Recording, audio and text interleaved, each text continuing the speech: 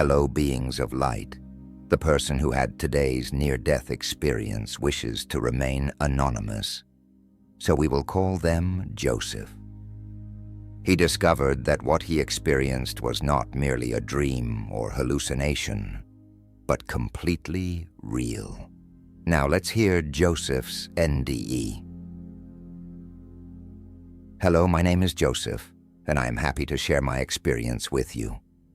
Knowing that others have also visited the other side made me realize that my experience wasn't a dream, which was the only conclusion I had somewhat believed. I was so convinced it was just a dream that I rarely spoke about it, except with a few close friends. My experience happened shortly after I turned 30. My mother had passed away the day before, and since I had no siblings or close relatives, it was my responsibility to organize her funeral. I was completely unprepared for how stressful things suddenly became. My dear mother raised me alone, and being a single mother at that time was a significant taboo. In fact, her parents wanted her to leave even after I was born, at which point I would be put up for adoption so she could return home. It was a different time, I guess. Needless to say, she ran away and had me, got a job as a waitress, and did her best to keep me safe, clothed, and fed until I grew up. When I turned 28, she was diagnosed with cancer and died at 30. I had to learn to organize a funeral on my own, so I did that during the day and lay in bed at night, worrying about how I would pay for it all. Add a huge portion of sadness and I was a complete mess. The night after my mother's death, I lay down to cry myself to sleep. At some point, I fell asleep in the middle of my tears, but I woke up later that night with intense chest pain. I stumbled out of bed and tried to reach the medicine cabinet in the bathroom to see if there was something to relieve the pain. I remember falling to the floor and trying to crawl back to bed, and then I lost consciousness. The next time I opened my eyes, I was floating above my body. At first, I just looked at my body lying there with a pained expression on my face. I felt no connection to that body. I wasn't sad or empathetic. I think part of me realized at that moment that the body we use while we are alive was always meant to die. It's no different from a piece of clothing we try on only to discard later when we no longer need it. Looking around, I saw a tunnel appear just above the door that led to the hallway, which would have taken me to the bathroom if I had made it that far. I don't know if I entered the tunnel or if it pulled me, but suddenly I was being taken rapidly, and the speed increased more and more. After a while, I saw other tunnels start to merge with mine, like highway entrances. From these entrances, I saw other beings like me, and I noticed that we were just orbs of bright white light, all moving in the same direction, towards a light in the distance. Suddenly, I knew all the secrets of the universe. I don't know where this knowledge came from, but now I understood advanced mathematics, advanced sciences, and all of history that ever existed.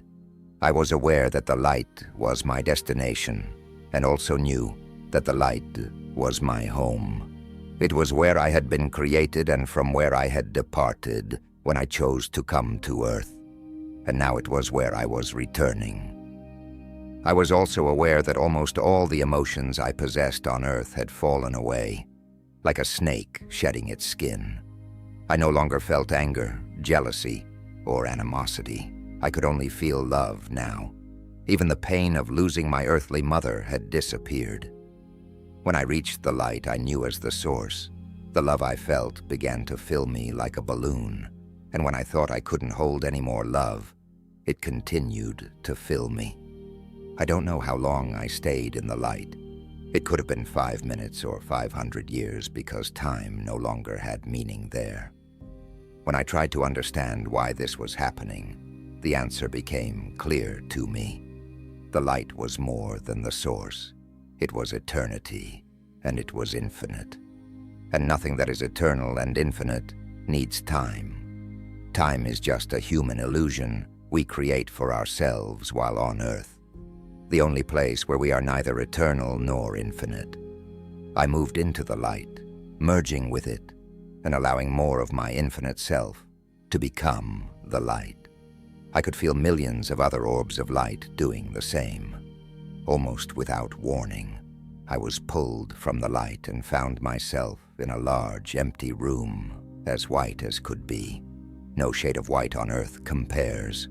I saw no doors or windows, nor walls or ceilings. I couldn't tell where this room began or ended. I remember just wanting to return and reunite with the light, because the light was my home, and I wanted to go back home. I don't know how long I was in that room because it was another infinite space where time had no meaning. I didn't feel hunger or thirst. I was just there. I spent my time first trying to locate a wall, and then working on mathematical equations, calculating everything under the sun. Finally, an angel appeared before me. He was perhaps 3 meters tall, with broad shoulders and a loose white robe tied at the waist by a golden belt. The angel smiled at me before asking, "You again?" His simple 2-word question caught me completely off guard. "What do you mean by me again?" I asked. "You have been here once before and chose to return to Earth," he replied. Now I was really confused because I knew I had never been there before. I remember being created and signing a contract that gave me permission to go to Earth. I remember dying and being there now, but I didn't understand anything about the claim that I had been there before. "You must have chosen to forget the last time you decided to return," he stated. "If I was here before, why did I choose to return?" I asked. Souls destined for Earth are forced to forget being here the first time they choose to go because Earth is the hardest of all the universes and dimensions. If a soul opts to make a return trip because they did not accomplish what they desired, they can then retain or not the memory of being here when reunited with their body. This didn't answer my question, so I asked again, why did I choose to return?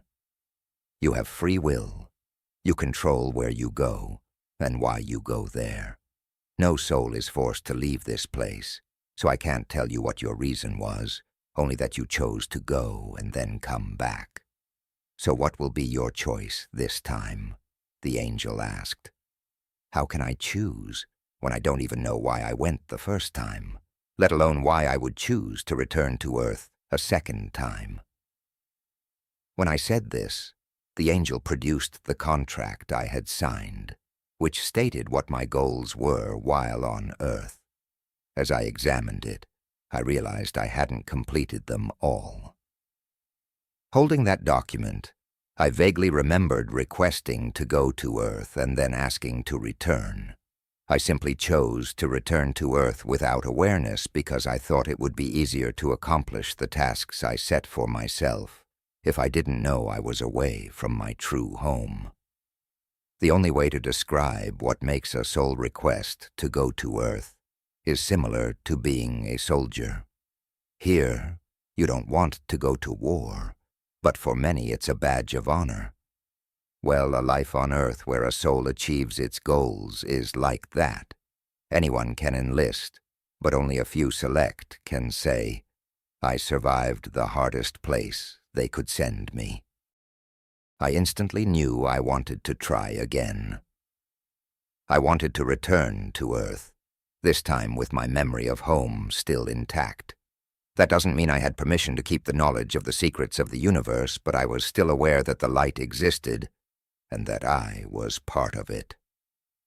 I woke up on the floor, in a body that no longer seemed to fit right. You never realize how big your soul is until you are out of the body and then placed back into it. The chest pains had disappeared. but something worse replaced them. The sadness seemed tripled, because I not only longed for my mother to still be alive, but also for the light. I sank into a depression like I had never known. I couldn't eat, sleep, and could barely function. I don't know how long the depression lasted, but it eventually faded, and I started to think that maybe I had just dreamed everything I saw beyond. I told several friends over the years as a way to gauge their reactions, and depending on what they thought, I also leaned in that direction. Some said it was a dream, and others said I must have hit my head when I fell, causing hallucinations. Only one friend always claimed it was a near-death experience. Now I am convinced that what I saw was real, which comforts me in knowing that my mother went to a wonderful play that awaits us. I wish I had experienced a life review while I was there, because it could have been helpful to complete the tasks I set for myself. I vaguely remember what I'm trying to experience while I'm here, but these are not things I want to discuss with the world. They are obstacles I need to face and overcome alone. The conversation between the angel and me was telepathic, of course, and I think it was also paraphrased from memories that are now decades old. So take the exact words with a grain of salt. This wonderful and transformative experience makes us realize that the other side after death is real. Knowing that our loved ones are still alive comforts us. I invite you to subscribe to our channel and share this video, and perhaps share your near-death experience with us at the email provided in the description of this video. Thank you.